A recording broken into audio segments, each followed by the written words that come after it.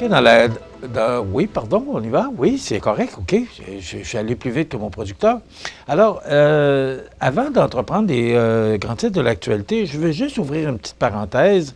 Vous avez vu la chronique que j'ai réalisée en compagnie de Valérie Lebel de la boutique Rendez-vous du magasin Lévesque et de la cuisinerie. Je veux attirer votre attention. Sur cette chronique qu'on vous a présentée, Valérie qui nous a présenté cette belle boutique Rendez-vous. Et la semaine prochaine, dans les prochaines semaines, on va vous parler du magasin Lévesque puis de la cuisinerie. Ce que je veux vous sensibiliser ce matin, c'est qu'on a Valérie Lebel, il me semble qu'elle m'a dit qu'elle a 30 ans, ou en tout cas, elle est là-dedans. Carl Poulin, bijouterie, cette nouvelle bijouterie, là, la bijouterie qui porte son nom, Carl Poulin, c'est dans la pointe Saint-Thomas, tout juste à côté de Double Pas. Il y a la boutique Double Pas, Annie Gagnon, et librairie Livre-en-Tête, Claudine Landry. Pourquoi je vous parle de ça ce matin? C'est que ce sont 4 personnes qui sont jeunes, qui prennent la relève de l'entreprise. Et moi, je vais leur lever mon chapeau, parce qu'actuellement, je vous dirais que le commerce de détail, c'est pas facile pour toutes sortes de raisons, que ce soit l'inflation, les taux d'intérêt, peu importe ce qu'on vit, là, c'est difficile. Les gens sont arrêtés là, parce qu'ils ont moins d'argent, parce que tout coûte cher. Alors, moi, je veux vous sensibiliser au fait que ces 4 personnes-là prennent la relève au centre-ville.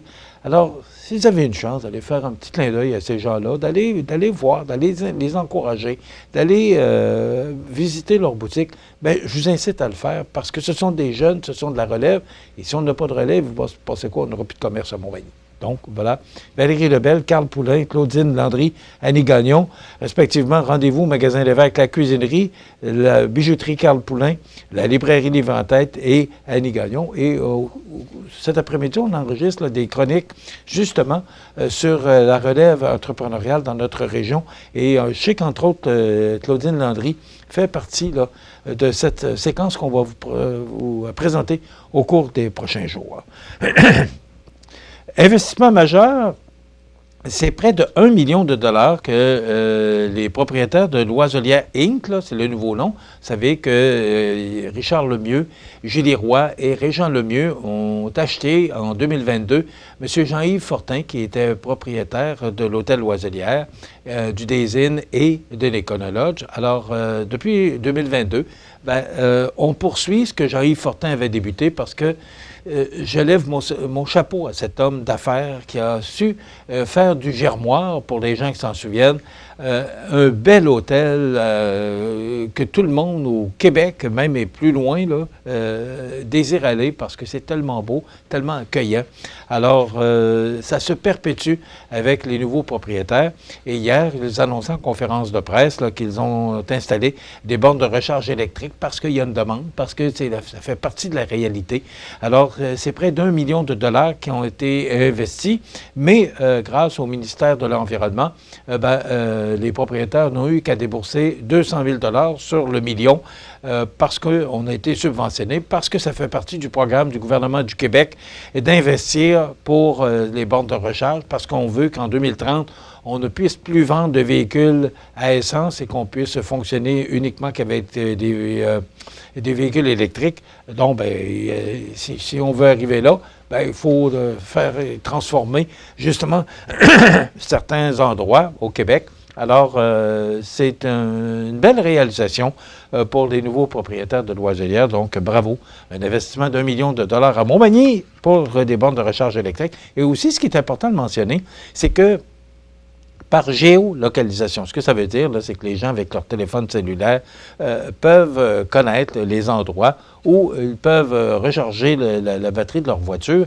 Alors, des gens qui descendent, peu importe, Rivière-du-Loup, Rimouski, Nouveau-Brunswick, en sachant que Loiselière a des bornes de recharge, ils peuvent arrêter ici et faire le plein, puis après ça, poursuivre. Alors, il y a des bornes de recharge pour des courtes périodes, puis il y a des bornes de recharge pour des longues périodes.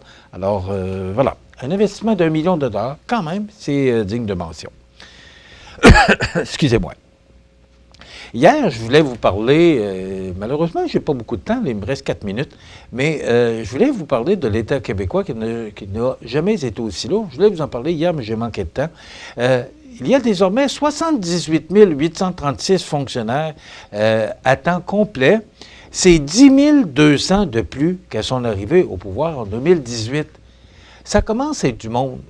Et souvent, on dit, ouais, mais il me semble qu'on n'a pas de service, il me semble qu'on attend des heures et des heures sur la ligne. Oui, il y a plus de monde pour nous servir, mais on dirait qu'on a de moins en moins de services. Et ce qu'on apprend ce matin dans le Journal de Québec, c'est que Sonia Lebel, qui est la présidente du Conseil du Trésor, dit inquiétez-vous pas, là. Oui, ça a paru dans le Journal de Québec hier, mais inquiétez-vous pas. Dormez sur vos deux oreilles, les fonctionnaires. Là. On n'a surtout pas l'intention de vous couper.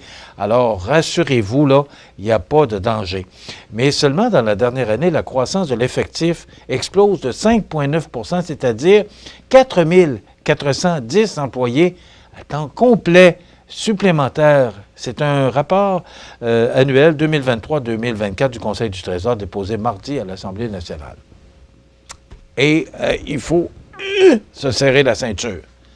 Parce que vous savez que dans les prochains mois, là, déjà M. Legault a commencé là, à parler là, de serrer la ceinture jusqu'au mois de mars parce que ils ont prévu un déficit de 11 milliards. Il ne faudrait pas qu'ils arrivent avec un déficit de 12 et 13 milliards.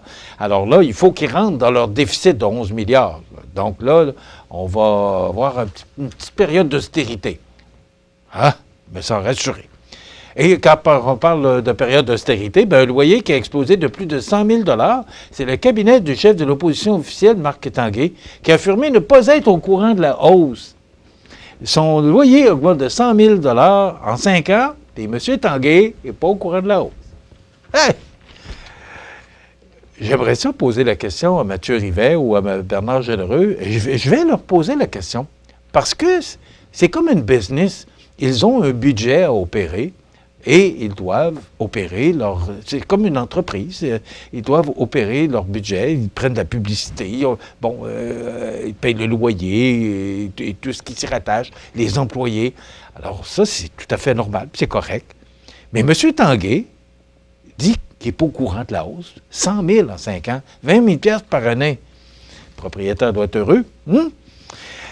Aussi, ce qu'on entendait hier sur les réseaux nationaux, c'est que Québec va injecter de l'argent dans le Mont-Saint-Anne. Pourtant, M. Fitzgibbon avait bien mentionné, et c'est à travers un reportage, je ne sais pas si sur TVO ou Radio-Canada, hier, M. Fitzgibbon avait annoncé que le gouvernement ne pètera pas une scène, parce que c'est une entreprise privée qui s'appelle Research of the Canadian Rockers, qui est sur le point de conclure une entente financière avec le gouvernement Legault.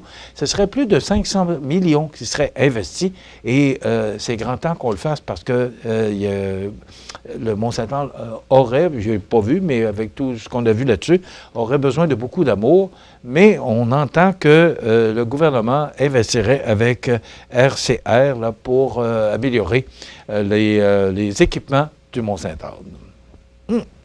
Et on nous dit, pas de scrutin au menu pour les fêtes. M. Blanchette, hier du Bloc, qui a lancé un ultimatum. Il a sauvé le gouvernement Trudeau hier, mais il a dit qu'il avait un ultimatum parce qu'il a fait 2 demandes de projet de loi. Et d'ici le 29 octobre, il l'a bien dit, si d'ici le 29 octobre, ça n'était pas réglé, qu'il négocierait avec les partis d'opposition pour faire tomber le gouvernement. Alors, on va avoir une élection. 600 000, il n'y a pas de problème. On a de l'argent. Alors, demain, on aura la chronique prévention promutuelle avec Mathieu Labrec et on vous présente la télé locale de la Gaspésie demain. C'est une série d'émissions qu'on vous présente là, pour une vingtaine d'émissions. Alors, dans quelques instants, les avis de décès. Je vous souhaite de passer une excellente journée. À demain.